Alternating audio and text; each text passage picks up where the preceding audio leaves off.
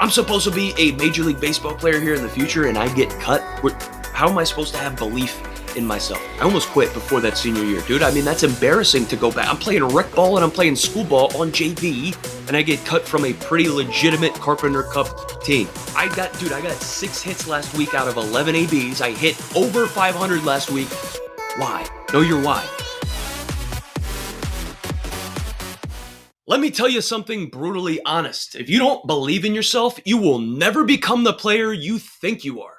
Not because you aren't talented, not because you don't work hard, but because baseball will break you the first time you hesitate, the first time you doubt, the first time you need confidence and it's not there. I've watched insanely talented players collapse because their mind wasn't built for adversity. And I've watched insanely average players become stars because their belief was bulletproof. Most of you think you're struggling because of your swing, your coach, your opportunities. But the real reason you're stuck, your belief system is soft.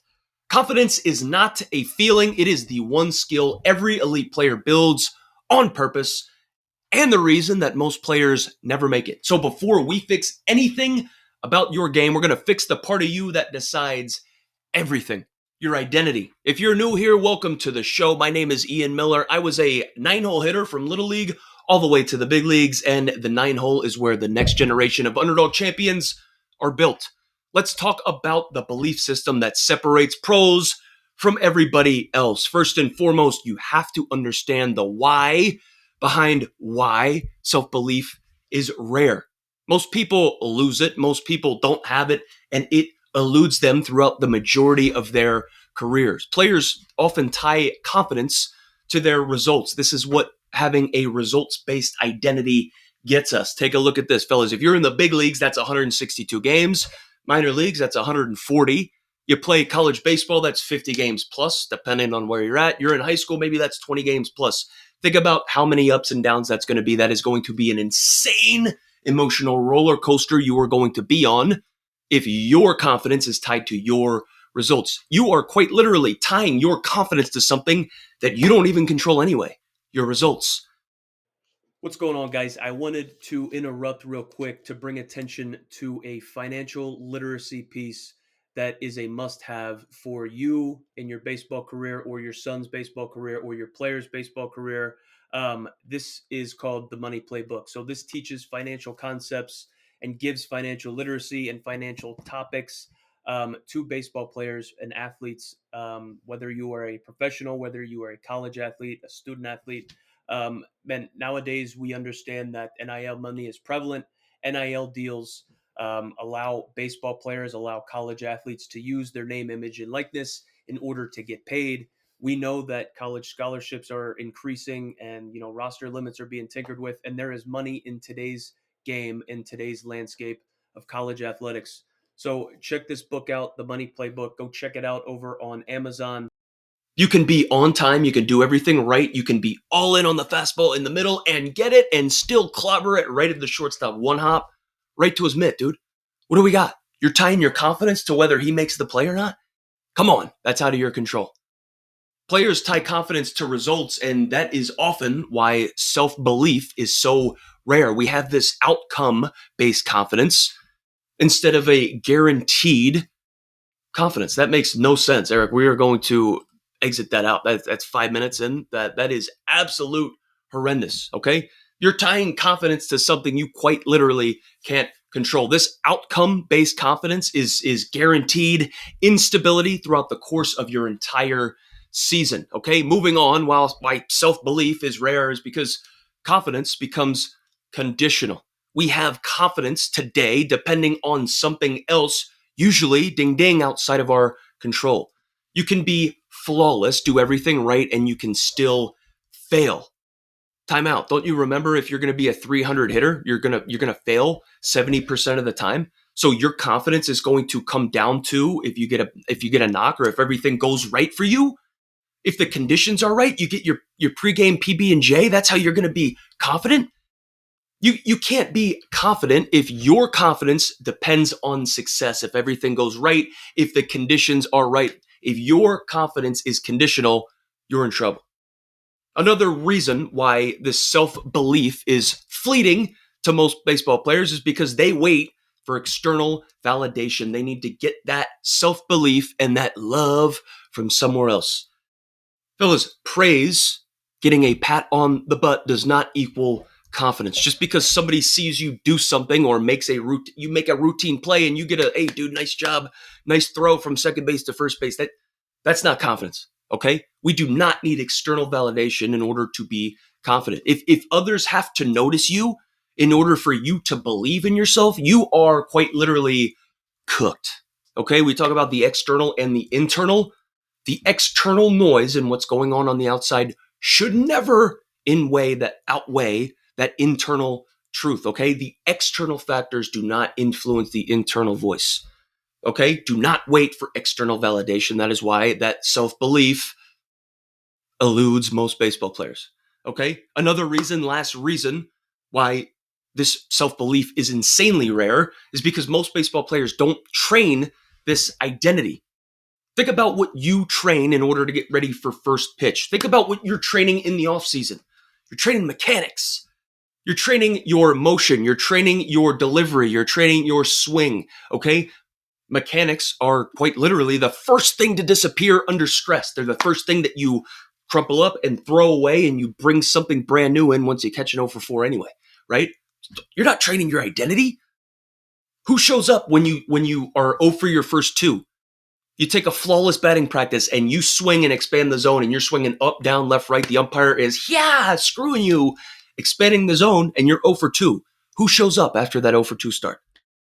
You give up 3 earned runs in the first inning as a pitcher. You're getting smacked around. You're walking the world, dude. Who shows up for the second inning? You're not training identity. That's why this self-belief is eluding you. Mike Tyson said everybody has a plan until they get punched in the mouth, man. What is your plan? What is your identity? You're supposed to fail 7 times out of 10, right?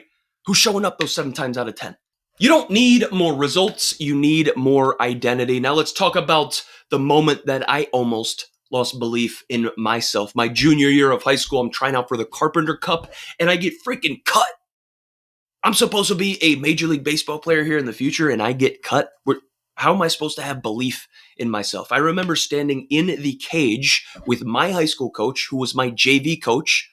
He's there helping out the Carpenter Cup, making the cuts for the team and making the squad. And I'm looking around like, man, I have absolutely no shot to make this team. How in the world am I going to make this team? Okay. I got my coach there. He's helping out. I spent the year with him over on JV. I should have like a pretty good like referral to get in, right? Still got cut. Think about how bad I needed to be in order to have that tie to the Carpenter Cup and still get cut. I wanted to quit. I almost quit before that senior year, dude. I mean, that's embarrassing to go back. I'm playing rec ball and I'm playing school ball on JV, and I get cut from a pretty legitimate Carpenter Cup team. I almost quit before that senior year, man. And then I got seen.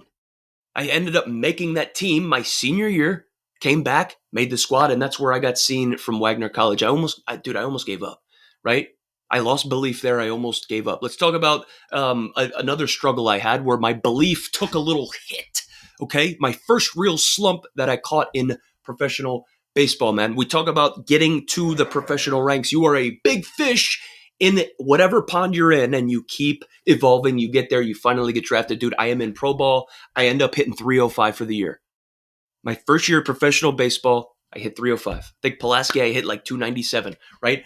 But I'm having my first real slump. I can't get the ball out of the infield. I have no idea what's going on, dude. It's a wooden bat. I'm using Canadian birch, yellow birch. I don't even know what that is. Okay, this is my livelihood now, right? I'm buying bats from Canada that are yellow birch that what am I doing, right? A million things are going on, dude. I can't get the ball in the infield. The average is dropping down below 260. Now I'm in fear of just being painfully average again. We hate that, okay? I remember packing it up after the game. I think we had maybe an off day the next day. And I remember going in my Subaru Outback from the field, not going back to the hotel room. And I remember going to a Walmart parking lot in Pulaski, Virginia. And I remember listening to Dave Matthews. And I remember just thinking, like, how in the world am I going to get out of this, dude? Like, my belief is hurt. I remember sitting there, I'm listening to Dave Matthews, feeling sorry for myself, right? My confidence is collapsing. I'm doing this thing where I'm showing glimpses of being a legitimate prospect and being a legitimate dude. That's why you drafted me and who I could be. And then I started matching everybody else's identity instead of my own. Everybody else was just trying to hang on and survive and stuff. And then that's who I started becoming. It's absolutely crazy. When we talk about belief, it's important to understand what belief can do for you versus what talent can do for you. Everybody knows who Scott Kingery is, right? I'm not hating. I'm not hating. If you made it to the big leagues, dude, there is zero hate that I have for you, right? Because you were able to defy the odds and you were able to get there.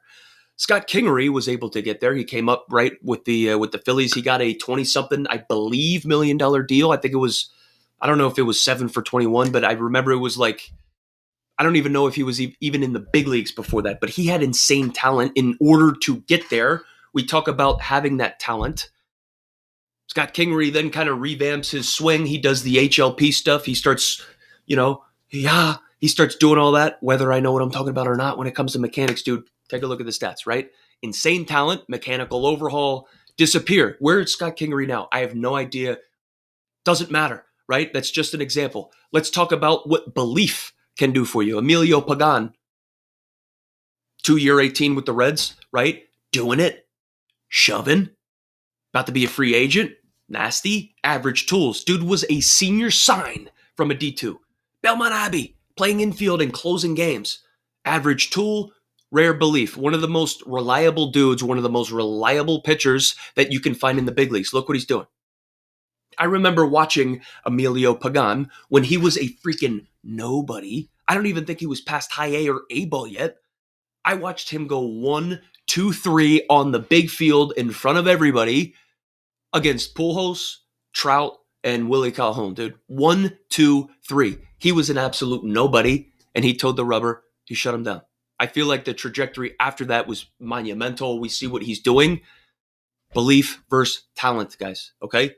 There are guys who had that rare belief that we're talking about with Emilio Pagan, man. Andrew Romine had a rare belief. He was a veteran in the big leagues. We had him on the show. Andrew, nasty. 2021, played with him on the Cubs. This dude was battling some injuries. This guy was older. He struggled a little bit early. He got ignored. Didn't get called up, right? He still believed. Ended up getting up to the big leagues again, right? Finished with the Cubs. Talk about Tyler O'Neill early in his career, 2015, 2016. Extremely early in his career. He was immature. Dude was inconsistent. Dude always believed. Always believed in his work. Always believed in his capabilities. Always believed that he was going to be a superstar regardless of what was going on the outside. And guess what? Dude's a superstar. Regardless of what you want to call it, dude's a superstar. Lastly, Jason Worth, 2018, got to share a locker room with this freaking legend, World Series champ, all-star, $100 million plus man, end of his career here, 2018, Tacoma Rainiers. He's at rock bottom. We talk about guys who have a rare belief. He was on his way out. He walked off the field his last time with Tacoma, man. So he is literally at rock bottom, left the game, never wavered, man. He had an insane belief in himself. It was time to walk away, but he knew he was the guy, right? It's all about having a rare belief and having this confidence. And confidence doesn't come from success. Success ends up coming from confidence. Let's talk about what an unbreakable belief actually looks like and why. There are a couple things, 4 to be exact, that have to do with having an unbreakable belief. And it comes with 1, doing what others avoid. Okay? The first thing is doing what others avoid. Crossing your T's, dotting your I's, doing the boring stuff. If you want to have a belief in yourself, you got to do the hard stuff. Belief isn't just like hype in yourself and getting a whole bunch of attention and making all the press and dude being all on these rankings and stuff, dude. It's preparation. Belief is preparation. And the key word there is do. Do something. Be prepared. Okay? Number 2, if you want to have an unbreakable belief and what that actually looks like, it's choosing who you are on purpose with purpose. There is a Harvard study done. I'm not going to continue repeating myself. 47% of your day has gone through on autopilot somewhere else. How crazy is that? If 50%, nearly 50% of your day is on autopilot, how are you going to react to failure? How are you going to be on a down day? How are you going to be at the field? Most players just react after failure. They don't actually choose an identity. How crazy is that? We're going through the motions, man. An intentional identity will absolutely crush an emotional identity 10 times out of 10, 162 out of 162. Okay? If we want to talk about belief, belief is earned. Belief is not gifted. Belief is not going to be like just thrown our way. Miguel Cabrera isn't going to take some of his belief out of his ribcage and give some of it to Ian Miller. That's not necessarily how he works. Even though he's got a ton of it, I can't just take a couple shavings off the top, right? Belief is earned. It's be, do, have. We've talked about that to an extent, a whole bunch here on the 9 hole. Be, do, have. You want to have those results. You want to have the Miguel Cabrera type like journey and the career. You have to become him by doing the things that he would do over and over and over again. Be, do, have. Fellas, do not get it backwards. It's not the other way around. We build belief by pushing boundaries, doing hard stuff. No one is going to be handing you belief, fellas. If you want that stuff to grow, do hard things. Do hard things. Okay? Belief is the same person every single day after an 0 for 4, after a 4 for 4. Okay? This is the fourth thing when it comes to building an unbreakable belief. This is what it actually looks like. Can you be that same person after an 0 for 4? Can you be a good teammate? Can you show up with enthusiasm? Can you show up hungry? Keep in mind, fellas, you are going to fail more times than you succeed. 7 out of 10. You are going to have way more bad days than you're going to have good days. Identity reps are muscle memory. If we can show up the same with an 0 for 4, be the same teammate, pick our guys up, hustle, right? Be a good teammate. On those 0 for 4 days, we are going to build that identity. It's the same as taking muscle memory reps in the cage, right? Doing your top hand drills and bottom hand, all that's, dude, it's the same thing with identity, man. We're just not doing it on purpose. We're going through the day on autopilot. It's absolutely crazy, and we're expecting good results. Come on. Come on. You don't control results, but you do control your identity. Okay? And our belief is a habit. It's not a feeling. It's important to be able to wrap your heads around it. Let's end here on a positive note. Let's talk about how to build an undeniable belief. Let's talk about the system and what that actually looks like. Fellas, there are going to be 5 clear steps, okay? Step number 1 is going to be to collect evidence. Do not collect emotions. Okay? From the ground up, we think that, man, if we just move at 1,000,000 miles an hour and do everything that we can under the sun, we are going to get better just with reps. If you move at 1,000,000 miles an hour and don't do anything productive or anything good, you're not going to get better. Busy work does not equal confidence. Busy work does not equal improvement, okay? Know your why, collect evidence, keep track of that stuff, write it down, and process it. When you understand your wins, you have the ability to replicate them. You have the ability to repeat them. I just went 3 for 4 yesterday. I'm feeling sexy. Why? I got 6 hits last week out of 11 ABs. I hit over 500 last week. Why? Know your why. If you write it down and you figure it out and you feel it and you replicate it in BP and you do the same things over and over and over again and you sharpen the sword, you understand, you process it, maybe you can go 6 for 11 again this week. Wouldn't that be cool? Understand your wins. Write them down. Step number 2, if you want to build an undeniable belief system, right? Step number 2 is to build a proof list, okay? We need to stack this stuff, and it adds to the keeping track of the why. So think back on the things that you have earned, okay? What are your achievements, man? What are the things that you've done in order to get here that have been undeniable? We overlook that stuff so much because we focus on the bad stuff. We focus on the stuff that is going against us, almost like we're a salmon freaking swimming upstream, dude. We don't always have to be swimming upstream. We got here somehow. We did something. What are those achievements? Write it down. Build a proof list, man. What are your achievements, man? What has made you undeniable up until this point? The sooner that you understand that your confidence grows from evidence, not from fantasy, what's going on in here, the sooner that we can start building this stuff, the sooner that we can move on to step number 3, which is actually stacking those micro wins. We've talked about stacking little W's. This is what it is. Okay? Stop putting so much pressure on yourself to be absolutely nasty. It's not about being the best player today. It's about being the best 18-year-old, the best 21-year-old, the best 28-year-old baseball player, right? Think about the long term, okay? Get 1% better. Stack micro wins. If you stack 1% days where you get better over 4 to 6 years, they compound, and that's where you be great. That's where you turn into a great baseball player when you stack 1% days, 4 to 6 years worth. Greatness is thousands of intentional days. How fast can you stack those 1% days? Dude, I tried so hard to get there. I tried so hard to get there. How fast can you get there? Once you're able to start stacking those micro wins, you are then able to move on to step 4 of the system, which is change your language. If you want to change everything, you got to change your language. Okay? Stop identifying with all the failure that's going on. We play a game that is chock full of failure. Stop identifying with that stuff. You're not that failure. 3 out of 10, again, makes you absolutely elite. Stop talking like you suck because you failed 7 times out of 10. My goodness. Your words shape your identity, whether you know that or not. Step 5 of our system is to act like the player that you actually want to become, okay? This is the be, do, have framework again. This is the be aspect, okay? Be that guy by doing the things that he would do in order to have those types of results. Do what your future version would do now.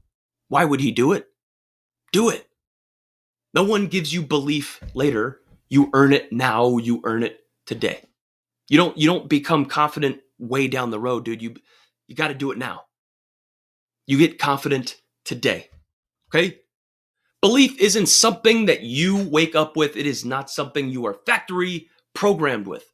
It's something you build through identity, through action, and through intentional repetition. If you want to separate yourself this year, stop waiting for confidence to show up and start becoming the player who gives themselves no other choice. Keep grinding.